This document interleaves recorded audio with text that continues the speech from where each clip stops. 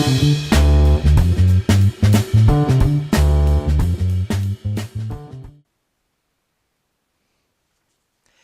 this video, we're going to take a look at the types of appointments that you can have in your calendar and how to create them. We're actually going to do this in two videos. The first video, we're going to look at the most common types of appointments, just a basic appointment, a meeting request, and then a recurring appointment. So know that in Google Calendar, down here in the lower right-hand corner, you have the plus sign to create an event. And you can pretty much create any event here. So we're going to create just a basic event. So event name, then you're going to pick the date and time for this event. So we'll put it on Thursday. And I can put in as much information here as I need to. I could add a location. For a basic event where you're not doing a meeting, don't need video conferencing or notification. Most of the time your calendar will have that turned on by default for like a 15-minute. But because this is a secondary calendar I've created for training purposes, I need to add that. What account, what calendar this is going to go into, the training test account, the default color, I could pick a different color.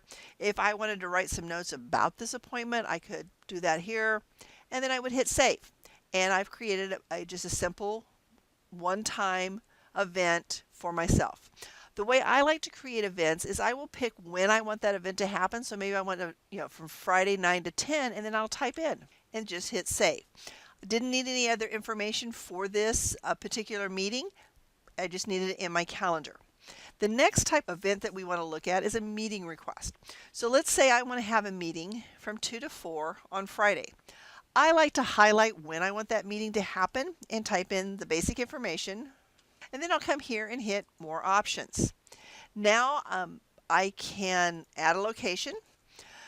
I like to add the Google Hangout to my meetings because of that way if someone who's been invited to the meeting can't physically be at the Fun Zone, they can join the meeting through Hangouts. Again, I'd have the notification. It's going into the correct calendar. I could color code it if I wanted to. Then down here I would put the description. And it's best practice to give a good description so that the people who are invited to the meeting know what it's about. I can also attach other documents, whether it's a Microsoft Office document or a Google Drive document, image, I can add that here. I've also got formatting features. Now I'm going to come over here and invite my guest. Now with Google Calendar, there's a couple of ways I can do this, but I'm going to show you how to do it within this dialog box. I can come here to the Find a Time. And when I click Find a Time, it shows me their calendars, and I can see that none of them are available on Friday from 2 to 4.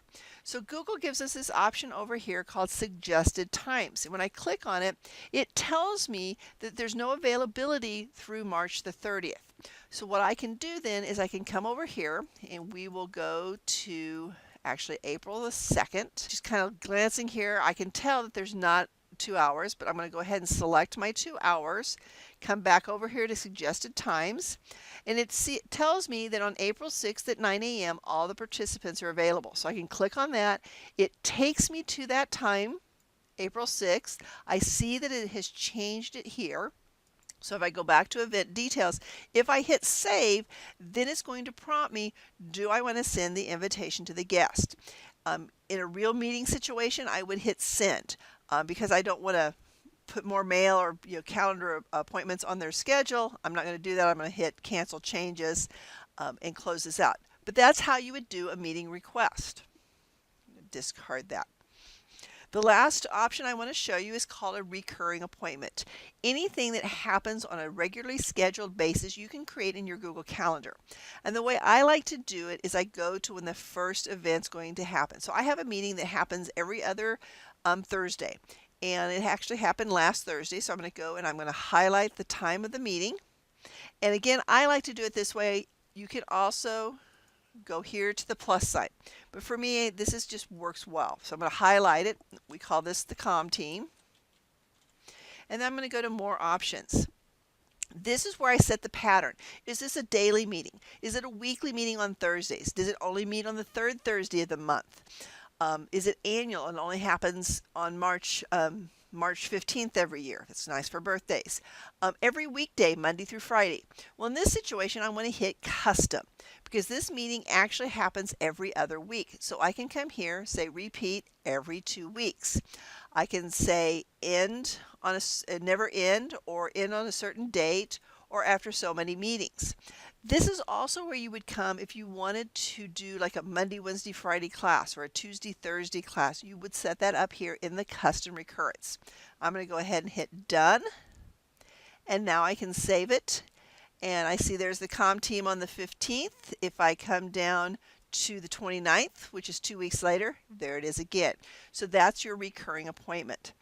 In the next video, we're going to look at all-day events, recurring meetings, and how to handle those, as well as appointment slots.